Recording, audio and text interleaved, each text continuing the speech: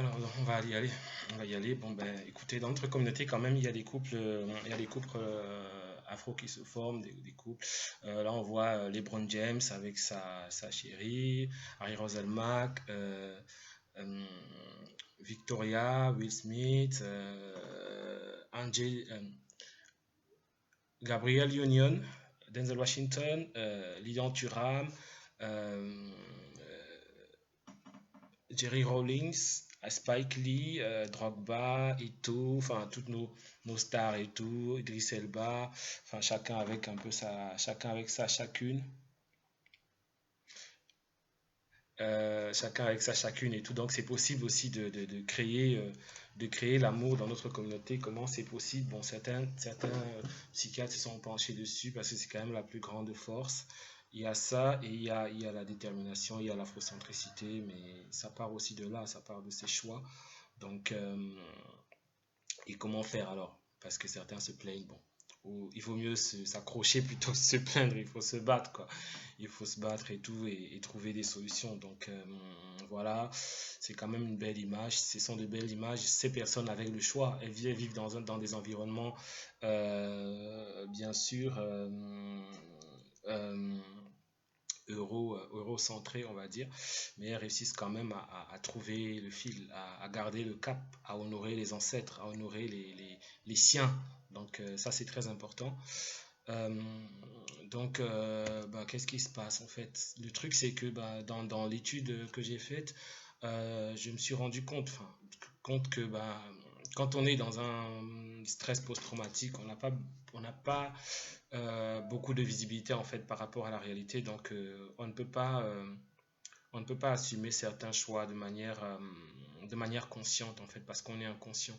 Donc en regardant un peu le travail de nos ancêtres depuis l'Antiquité jusqu'à aujourd'hui et en étudiant justement les, euh, les analyses psychanalytiques de tous nos grands frères, nos auteurs qui ont travaillé dessus, j'en suis arrivé à ce schéma quand même explicatif, on va dire une sorte de résumé.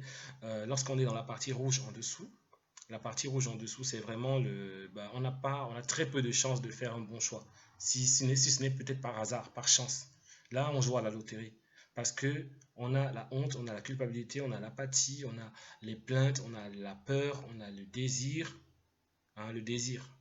On a la colère, on a l'orgueil, et à partir du moment, enfin du bas vers le haut, à partir du moment où on transcende de cette partie rouge là, la partie rouge là, c'est vraiment la partie du trouble. On va dire, tu es troublé, tu es encore inconscient, aliéné, et tu souffres en plus d'un stress post-traumatique dû à l'oppression, à autant de siècles d'oppression.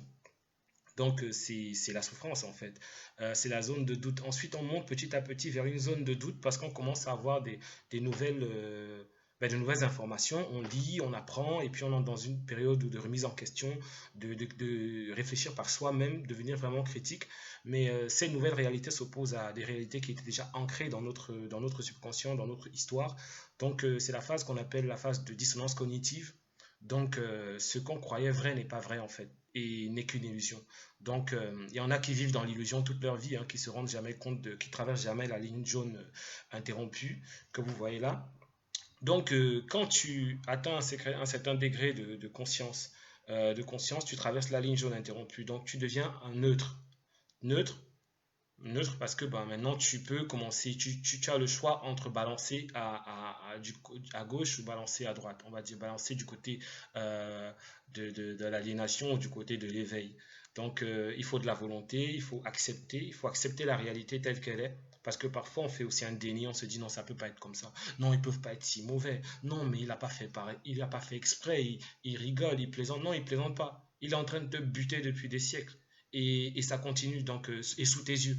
Donc si tu fais semblant de ne pas voir et de croire que tu vas avoir la salvation du côté de celui qui t'opprime, bah, écoute, bon courage en espérant que ça marche. Mais bon, le mieux c'est quand même enfin, le plus sécurisant, c'est déjà de s'aimer soi-même et pour commencer. Donc voilà, ensuite il y a la raison, il y a l'amour, il y a la joie, il y a la paix. Quand tu as atteint la paix, ça veut dire que tu as compris et tu as vaincu toutes toutes tes frustrations, tous tes traumas. Enfin, en tout cas, tu les acceptes et tu acceptes de vivre avec et tu crées un environnement où tu es plus épanoui en fait. Et après, tu peux atteindre l'illumination. Donc, la partie verte, donc c'est la zone de stabilité. Et plus nous serons nombreux dans la zone de stabilité tout en vert là, plus notre communauté va bien se porter. Mais plus nous serons sur la partie rouge, et moins on va se porter. Donc le truc, c'est d'atteindre l'important, c'est d'atteindre le seuil critique où on passe de la partie le seuil critique où on passe où la majorité passe du côté rouge vers le côté vert. Et parfois, tu peux être du côté vert, c'est difficile de s'allier avec quelqu'un qui est du côté rouge. Et en général, les personnes du côté vert, on va dire du côté conscient, doivent faire l'effort de se trouver, de discuter ensemble, enfin de construire ensemble. Parce que se mettre avec quelqu'un qui est encore tout en bas en rouge, ça va forcément te diluer, ça va forcément diluer ta force, diluer ton énergie et ça va pomper ton énergie en fait. Le truc, c'est vraiment de petit à petit de se mettre dans la partie du dessus, d'après les psychiatres afrocentrés et tout, de se mettre, de faire tout pour être entouré de personnes au-dessus, de consolider le dessus. Et après, quand on est solide au-dessus, on essaye d'en tirer quelques personnes qui sont vers la ligne jaune côté rouge. C'est-à-dire des personnes qui ont le courage de traverser la ligne. Donc c'est à partir de là qu'on peut commencer à travailler avec elles et aller faire passer dans la ligne du côté vert. Mais il y a espoir, c'est sûr qu'on le fera. Donc à gauche de ce slide, vous avez euh, l'arbre l'arbre de vie de nos ancêtres. Hein. C'était la méthode un peu qui leur permettait de jauger ce type enfin, de, on va dire, de définir les caractéristiques humaines nécessaires pour atteindre l'éveil, en fait, pour atteindre la paix, pour atteindre la joie, l'amour, la raison, l'acceptation et atteindre le côté divin de soi-même, parce qu'on a tous un côté divin. C'est de développer, faire sortir sa divinité, développer sa divinité et la mettre en exergue. Donc, voilà un peu. On va avancer. Donc, ce qui est sûr, c'est que si nous devons faire l'effort. L'objectif est clair. On doit faire tous l'effort de monter dans la zone du dessus. Comment faire? Chacun le fait à sa façon. Chacun trouve le chemin à sa façon. On n'a pas tous les mêmes caractères. On n'a pas tous les mêmes cartes en main. On n'a pas tous les mêmes chances. Mais il faut se battre. Il faut se donner les chances. Donc, voilà. Et même d'un point de vue économique, c'est la même chose. Quand tout ce qu'on fait en dessous, en rouge, c'est vraiment... parfois, ça rime même à l'autodestruction. Parce qu'on voit plein de gens qui deviennent matériellement très riches, mais qui sont en même temps un danger public, un danger pour leur propre peuple et un danger pour eux-mêmes, puisque après, il s'ensuit des excès en tout genre. Donc, voilà. Ensuite, bah, je vais parler rapidement de l'arbre de vie. J'en avais déjà parlé dans l'une de mes dernières présentations. Vous pourrez trouver, donc je vais essayer d'aller vite quand même, vous pourrez trouver ça dans mes anciennes présentations, dans les anciennes présentations de l'Africa Mat. Et ça s'appelle l'arbre de vie et vous pouvez faire des recherches dessus, c'est vraiment très intéressant. Donc je vais passer celui-là, j'avais déjà travaillé dessus, vous le trouvez dans le précédent. Alors, ça c'est l'arbre de vie vu sur une stèle ancienne et tout. Et c'était représenté un peu dans tous les temples que nos ancêtres construisaient dans la vallée du Nil et tout. Et donc l'important est de lever le niveau de vibration du peuple, c'est-à-dire d'aller de la zone rouge vers la zone verte. Le niveau de vibration, le niveau de sensibilité, le niveau d'amour de soi, le niveau le degré de divinité en fait, et de captation et de participation à l'harmonie de l'univers, quoi, tout simplement. Donc, bon, marcher c'est bien, dans les actions communautaires, c'est encore, mais les actions communautaires, c'est encore mieux. C'est-à-dire participer. Là, je mets Gardner Watson, qui est le créateur de Black History Month, qui est l'un des plus grands historiens que notre communauté ait jamais connu, de l'ordre de Cheikh Anta Diop, mais lui aussi, c'est un psychologue, un psychologue également.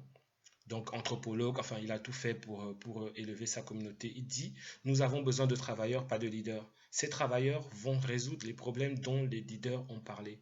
Ça veut dire que ben, j'entends des gens qui me disent souvent, oui, tel leader a fait ça, on n'a pas besoin de leader. Toi-même, tu es un leader. Tu es un leader pour ta famille, pour tes neveux, pour tes nièces, pour tes copains, pour tes amis. Tu es un leader. Tu n'as pas besoin de regarder un certain type qui parle, qui fait du bruit et tout. Si chacun de nous prend ses responsabilités, parce que le piège, c'est que parfois on regarde le leader, on garde les yeux fixés sur lui, on croit qu'il va venir résoudre les problèmes de tout le monde. Non, il ne résolvera aucun problème. Le problème, c'est vraiment, c'est une chaîne et nous sommes des maillons de cette chaîne et chaque maillon est important. Si on laisse faire les autres, les leaders, l'ONU, Mohamed, Jésus, enfin tout, on compte sur tout le monde sauf sur nous-mêmes. Donc, Malcolm X est parti au fond de ce problème. Il a dit notre problème, on a vraiment un problème de dépendance. On dépend trop des autres. On attend trop que les autres viennent faire les choses à notre place. Alors que nous-mêmes, on peut faire au quotidien des choses très significatives. Et si chacun en fait, on s'en sortira de proche en proche comme ça. Donc, c'est vraiment un aspect important de cette question-là. Ensuite, Malcolm X dit seul un fou laisserait son ennemi éduquer ses enfants. Il a tout à fait raison. On ne peut pas confier le système éducatif de tout un continent, des pays entiers, à des gens à des gens qui nous colonisent. C'est vraiment, je pense que c'est carrément suicidaire, mais comme on a des gouvernements corrompus qui travaillent avec, enfin, surtout en zone francophonie, hein. Après, il y a d'autres zones africaines quand même où ils font beaucoup d'efforts pour sortir de cette imbécilisation de masse là, cette école qui te rend, qui t'abrutit, qui ne t'apprend rien sur toi-même. Et quand tu te retrouves adulte, tu es comme un bébé, un bébé de 3 mois en fait. Tu dois tout réapprendre et on n'a pas que ça à faire. Donc vraiment, oui, c'est pour ça que j'ai mis ces deux citations qui sont quand même importantes pour la suite de ce que je vais parler, c'est-à-dire des solutions. La solution, c'est vraiment éducation, éducation, économie et santé mentale. Parce que quelqu'un qui est en santé mentale, qui n'a pas une santé mentale, ne peut pas réfléchir clairement, ne peut pas discerner les choses clairement. Donc, voilà vraiment pour moi les trois points vraiment de, enfin, en cas d'urgence, ça c'est vraiment l'urgence de l'heure. C'est vraiment être éduqué, avoir ce qu'il financièrement, avoir du pouvoir et être en santé mentalement. Donc on va avancer.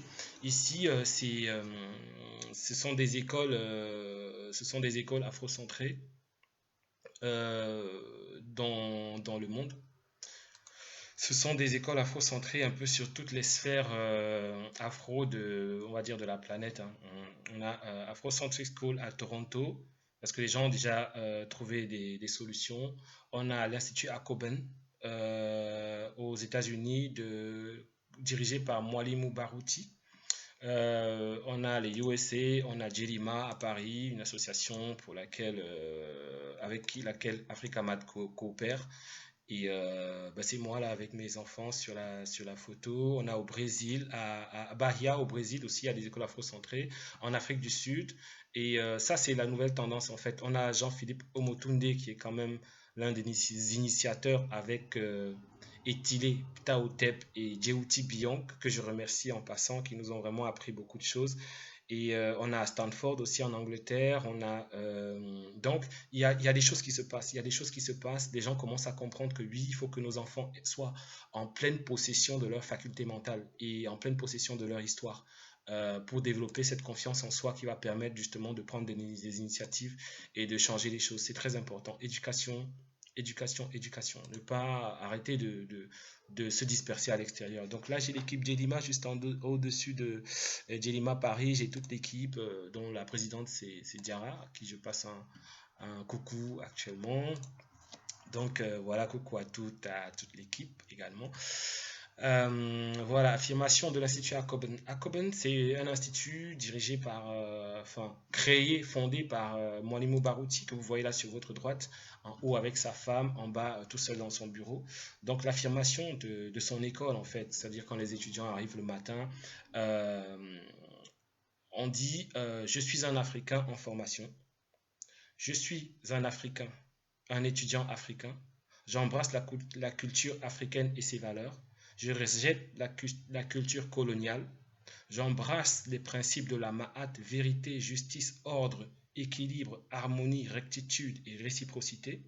J'honore notre Créateur. Je me souviens toujours d'honorer nos ancêtres. Je me respecte. Je respecte mes aînés et d'autres Africains. Je suis un Africain fort. J'apprends et j'enseigne notre histoire et notre héritage. Je suis intelligent, j'ai une pensée critique, je combats pour mon peuple, j'embrasse le Zongo Saba, Umoja, unité, Imani, la paix, Kumba. Je n'abandonnerai jamais le combat pour libérer et renforcer les Africains. Je suis un modèle pour mon peuple. Il n'y a jamais de contradiction entre ce que je pense, ce que je dis et ce que je fais. Je vais toujours aimer et prendre soin de mon peuple. Je vais éduquer des enfants africains pour construire une nation forte. Je triompherai toujours. Donc voilà les, les 20 affirmations de l'Institut Hakoben du professeur Mwalimou Barouti, qui est vraiment un grand de notre communauté et qui a fondé tout seul une très grande école très reconnue aux États-Unis actuellement, une école afrocentrée également. Donc là, c'est une liste d'écoles qui ont déjà été créées. Il y en a quand même, hein, dans le monde, il y a plein d'écoles. Là, c'est aux États-Unis. Après, on pourrait faire la liste des écoles afrocentrées en Europe, en Afrique et un peu partout dans le monde. Donc un travail qui serait intéressant, c'est de les répertorier et d'en faire une liste pour que les parents puissent savoir, quoi, puissent savoir que ça existe et les parents les plus déterminés, les plus afrocentrés feront le premier pas comme d'autres l'ont fait. Donc ça c'est la lueur d'espoir vraiment, c'est vraiment capitaliser sur l'éducation parce que tant qu'on sera un peu en vrac, bah, tout le monde va nous marcher dessus. Enfin, va essayer de nous marcher dessus, mais ils n'y arrivent pas, mais ils essayent tant bien que mal parce que malgré ça, on est quand même fort. Donc ça c'est la ligne de base en fait ce que ben, un des jeunes psychiatres il a conçu pour déjà apprendre, enfin, pour aider les gens, les jeunes afro-descendants qui aimeraient se mettre en couple et tout. Il a créé une forme de grille en fait. Ouais, il a créé une forme de grille qui s'appelle la grille standard avec des notes allant de -40 à +40. Ça m'a semblé intéressant. C'est pour ça que j'ai voulu le partager ici. Et savoir déjà ce qu'on veut. C'est quelque chose pour savoir à peu près ce qu'on veut, hein. Ça ne cadre pas forcément à 100%, mais quand on a une note supérieure à 0, et quand plus la note est grande, plus on pourrait s'entendre avec la personne. Donc, le truc, c'est de lister ces critères de choix quand on veut se mettre en couple avec quelqu'un et de voir si ces critères de choix, et de nous les noter bah, selon vraiment son cœur et tout, selon voilà, avoir des cheveux naturels par exemple, plus c'est ça, j'ai pris le cas d'un homme parce que les femmes peuvent aussi faire pareil de leur côté, avoir des cheveux naturels, être végétarienne, +10, avoir des cheveux naturels, +20, ça dépend, hein, moi, végétarien, je sais pas trop. En fait, c'est le cas de. Bon, j'ai noté, c'est le cas d'un. C'est pas vraiment mon cas, hein, c'est pas mon cas. Moi, je suis pas tout à fait végétarien pour l'instant, malheureusement. Ne mange pas le porc, c'est cuisiné, mais par contre, il y a quand même beaucoup de choses, de similitudes avec moi personnellement. C'est prendre l'avion pour venir me voir, +5. C'est seulement comment attraper le Saint-Esprit à l'église, -20. Hein. Note négative, n'aime pas les conflits, +10, ça c'est bien, les gens qui n'aiment pas les conflits. Court sur son téléphone chaque fois qu'il y a un conflit, -10, parce que les problèmes quand même de couple doivent se gérer ensemble, quoi. Et après, bon, ça dépend. On peut quand même se confier à quelqu'un, peut-être une personne de sa famille ou un meilleur ami, mais si c'est tout le temps, tous les jours, c'est ça le problème en fait. Être honnête et ouvert, +30, quand même, +30 points. Regarder des chaînes religieuses tout le temps, bah, -10. Le gars, il met -10. N'est pas engagé dans une autre relation, ni marié, -20. Enfin, n'est pas engagé. Donc, enfin, -20 si elle est engagée, je crois. Est marié à Jésus, -40. Bah, ça, il n'aime pas du tout, apparemment. Aime aller dans des parcs botaniques et des parcs à thème, +30. Voilà. Aime aller tout le temps en boîte de nuit, -10. Il n'aime pas ça. A des fesses, +10. Ah, ça, c'est ses goûts. Ses goûts personnels. Sent bon, +10. A de la considération et apporte un soutien, et apporte son soutien, bon, +30. Est au moins pro-black ou quelque chose qui s'en approche, +20. est engagé pour servir sa communauté, plus 20. A le sens de l'humour, plus 10. Rit à des blagues même quand elles ne sont pas drôles, plus 10. Rit à mes blagues même quand elles ne sont pas drôles, plus 10. Sait lire et est éduqué, plus 20. Ça compte beaucoup pour lui. Est tout le temps défoncé, on va dire, pas lucide, quoi. Enfin, peut-être que fumer trop ou droguer, je ne sais rien. Tout le temps. 23 joue avec mon cerveau, bah, moins 40. Aime jouer au lit, plus 40. Ça, c'est très personnel, ça.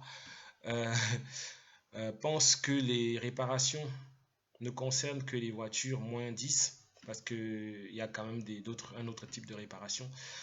C'est que pour un véritable homme, sa femme passe en premier, plus 20. S'en fiche que je vienne, moins 10. Lit de bons livres, plus 30 quand même. Ne lit que des livres à l'eau de rose, déconnectés de la réalité, moins 30. Alors ici, donc il y a une grille standard. Après, il fait la moyenne. Si je pense qu'il fait la moyenne et il regarde ses majors, vraiment les trucs incontournables. C'est-à-dire, par exemple, est marié à Jésus, bah, ça peut être éliminatoire, quoi, carrément. Des trucs comme ça. Une façon de parler, hein, mais bon, enfin, pour un afrocentrique, c'est un peu difficile, ce genre de truc. Donc, tu mets juste là, tu évites même de tomber amoureux. Tu prends du recul et tu reconsidères un peu tes choix.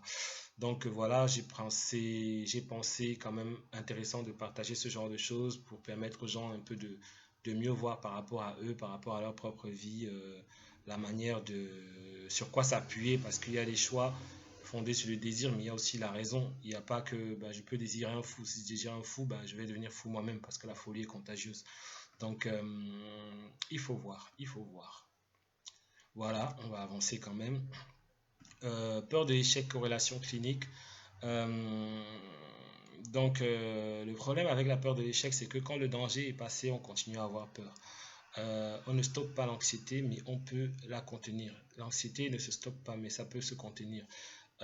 Penser qu'on est faible ou un lâche quand on va voir un psy, c'est pas bien. Au contraire, c'est ceux qui admettent c'est ceux qui admettent on va dire leurs failles, leurs failles, leurs faiblesses, qui sont les plus forts en réalité, qui ont besoin d'aide, qui disent qu'elles ont besoin d'aide. Donc, la peur doit être utilisée, les solutions, la peur doit être utilisée comme un motivateur suprême. La peur n'est qu'un produit de notre imagination, parce qu'en général, le danger même n'existe pas. Combien de fois on a eu peur et rien ne s'est passé après? Donc la peur est un choix. On peut choisir d'avoir peur, on peut choisir de ne pas avoir peur. Et d'avoir peur peut-être, mais de minimiser la peur et d'avancer quand même, tout en sachant consciemment que c'est une illusion. Même si on le ressent. Faire un choix différent, thérapie apprend à faire des choix constructifs, espérer les bonnes personnes et les bonnes choses. Il faut espérer positivement pour recevoir positivement, parce que la pensée joue beaucoup, l'état d'esprit joue beaucoup sur ce qu'on obtient.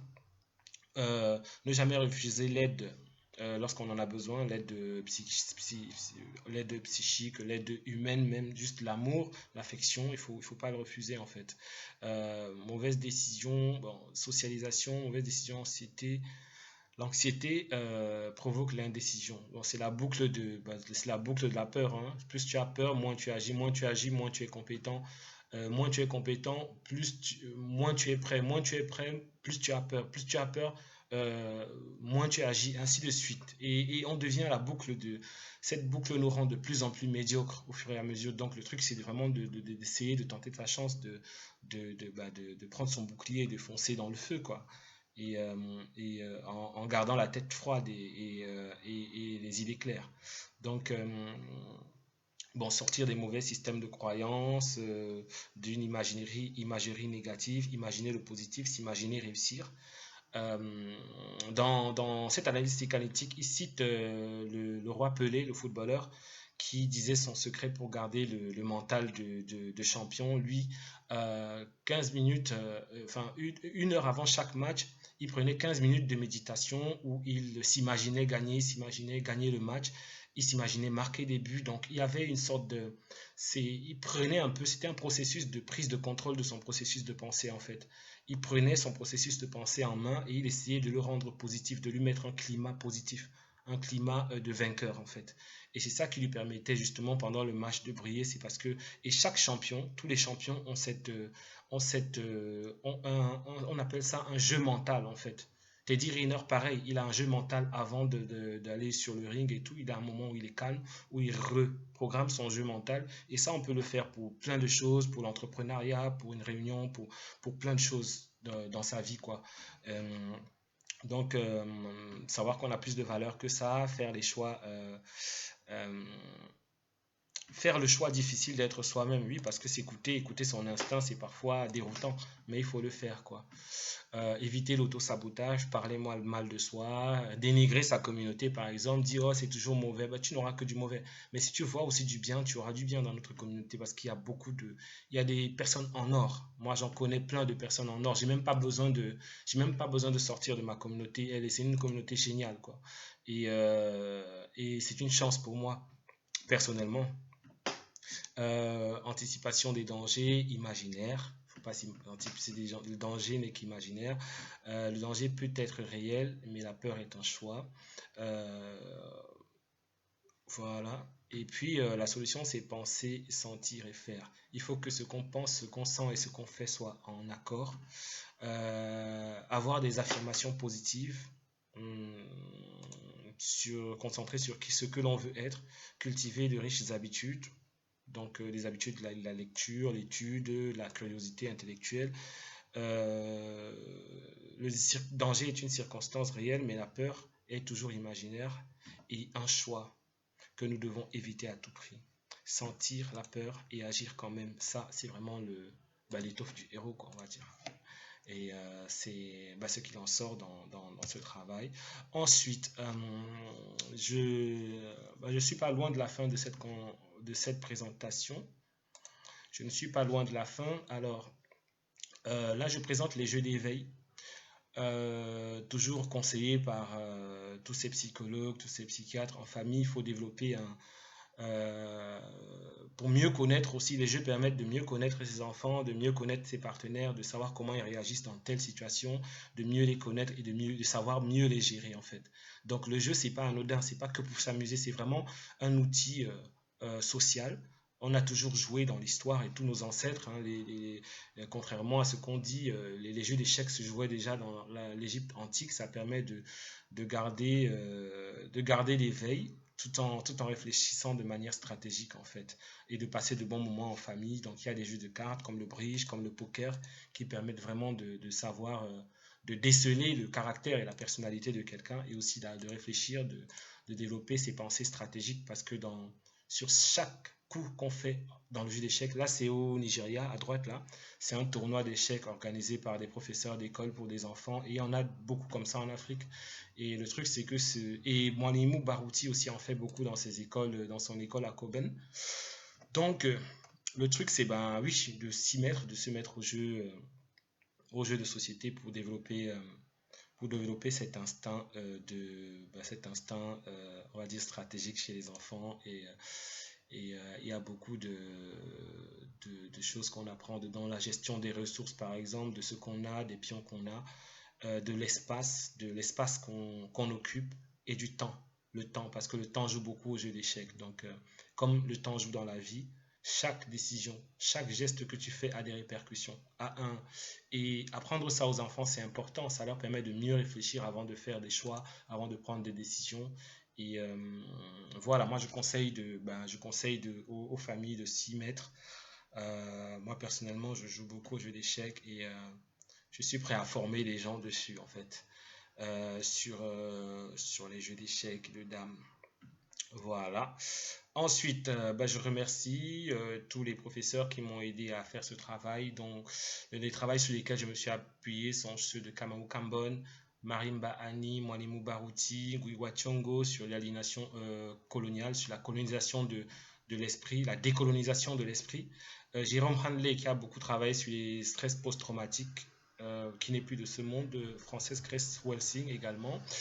Dr Ish qui est vraiment à la base de tout le travail que j'ai fait depuis le début et Monica Williams et un collectif de psychiatres afro-américains qui travaillent beaucoup sur les problèmes qui concernent notre société et qui publient beaucoup donc dans ce sens-là. Je vous conseille de... Alors, pour les livres, j'ai des livres sur la spiritualité, les suggestions de lecture, hein. Sur la spiritualité, j'ai les livres que vous voyez, le livre des morts, la religion africaine de Mbok Basson, toujours Mbok Basson qui a vraiment allé au fond des choses. Théophile Obenga, la cosmogonèse Kamite également qui permet de savoir un peu les bases, vraiment les bases de la spiritualité ancestrale, quoi. Et ça, c'est dans le domaine de la spiritualité. Ensuite, dans le domaine de l'histoire, il y a Fondement économique et culturel d'un État fédéral d'Afrique noire de Cheikh Anta Diop, Nation nègre et culture, la langue égyptienne, la grammaire de la langue égyptienne de Etile Ptahotep. Euh, Après, il y a l'histoire de l'Afrique de Jalissa Sekhmet dont j'ai parlé tout à l'heure avec des cahiers d'exercices qui est très bien, que j'utilise pour donner mes cours.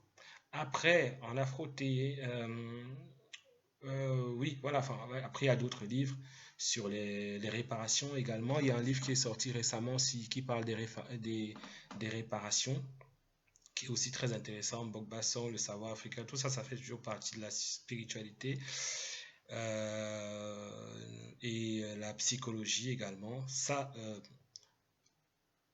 donc voilà les livres qu'on vous propose toujours en termes de spiritualité. Alors après, il y a de la psychologie et de l'afrothérapie, Décoloniser l'esprit de Ngugi wa Thiong'o, Miseducation of the Negro de Gardner Woodson, de la mauvaise éducation du nègre, les dossiers d'Isist incontournables, Christelle Kedi sur l'afrothérapie, Black Therapy, Christelle Kedi encore qui a écrit pas mal d'ouvrages dans la région francophone, elle est quand même assez active de ce côté-là. On a d'autres livres sur la santé mentale, on a Mind Matters qui est très intéressant aussi, on a Charmaine Daigot qui la personne que j'utilise, vous voyez mon cobaye en fait, celui que j'utilise dans toutes mes présentations, qui a vécu, qui a partagé avec nous ses psychanalyses qui sont très intéressantes. C'est un grand, il détient une radio, l'une des plus grandes radios aux États-Unis et très impliqué dans la culture hip-hop, quelqu'un qui est assez respectable. Paul en masque blanc, France Fanon, Les damnés de la terre pour comprendre un peu dans la tête ce qui se passe au niveau de l'esprit colonisé et tout. Yurugu de Marimba Annie qui est disponible en français à la librairie Tameri que tout le monde connaît, Tamery. Vous tapez sur Google si vous ne connaissez pas, vous trouverez l'adresse, le numéro de téléphone pour acquérir les livres nécessaires. Tous ces livres sont, sont disponibles via cette librairie. Alors, ben, j'en ai terminé avec ce travail. Je remercie derrière tous mes collaborateurs qui ont participé à ce travail, tous mes collaborateurs. Je remercie ceux qui ont eu le temps de se connecter. Et je remercie Etile, Ptahotep, Omotunde, Diaoti Bion, qui sont les fondateurs de Africa Mat et qui ont permis que voilà, qui ont toujours été en soutien et qui ont permis, qui ont eu l'idée géniale de créer cet institut. Et voilà, si vous voulez soutenir l'Institut Africa Mat, n'hésitez pas. Il y a vous avez l'adresse. Si vous voulez recevoir le PDF, il est gratuit, hein, le PDF de cette présentation en entier avec les résumés, les conseils pour les interactions violentes avec la police et tout, tous ces conseils sont dedans. Ils sont également disponibles et gratuits. Je les mettrai à votre disposition. Voilà. Ayant un petit problème avec ma caméra, je ne, je ne pourrais pas être visible cette fois-ci. Mais en tout cas, on reste ensemble, on reste connectés, la famille. Prenez soin de vous, prenez soin de vos familles. Et puis, bah, merci de m'avoir écouté. J'espère que j'ai rien oublié. Merci à tous mes coéquipiers qui font un travail génial. Et merci à tous nos partenaires, toutes les associations qui nous suivent, avec qui on travaille. Et voilà, au TEP, la famille. À très bientôt.